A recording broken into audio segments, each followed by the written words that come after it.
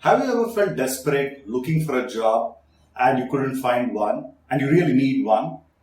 And how long did that period continue if at all you faced one? How did it feel like? I'm sure, it must have felt really bad telling your friends, relatives, rather family, ex-colleagues, bosses or other ex-bosses to look for a job and asking that without losing your dignity. And that's the world that, we're going to face and we are facing, where we're challenged by the circumstances, that the world puts in front of us. And many times we lose jobs without a fault of ours.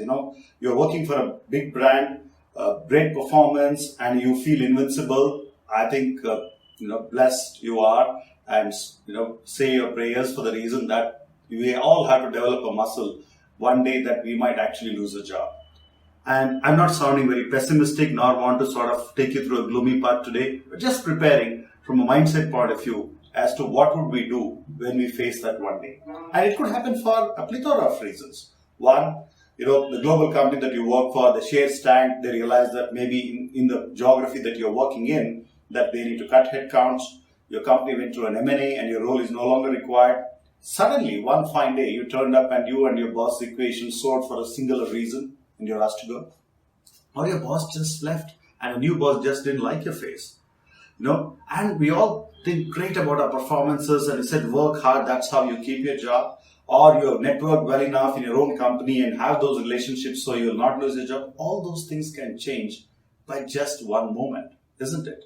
Your performance is not something that you can always bank on. There are ups and downs in your career.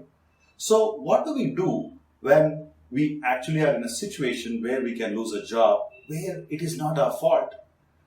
One thing I can say is build your ecosystem around that.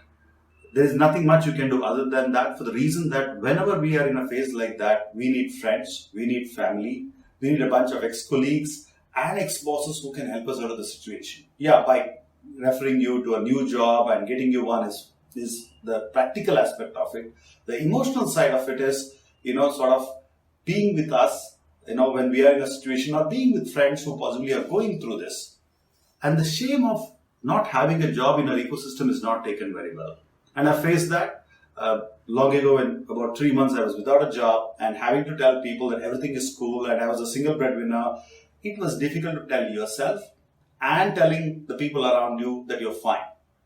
I attended interviews where I didn't make it, to big Fortune 500 companies that, I got rejected because they felt my energy levels were low. It was low. Obviously, I was desperate. I wanted the job.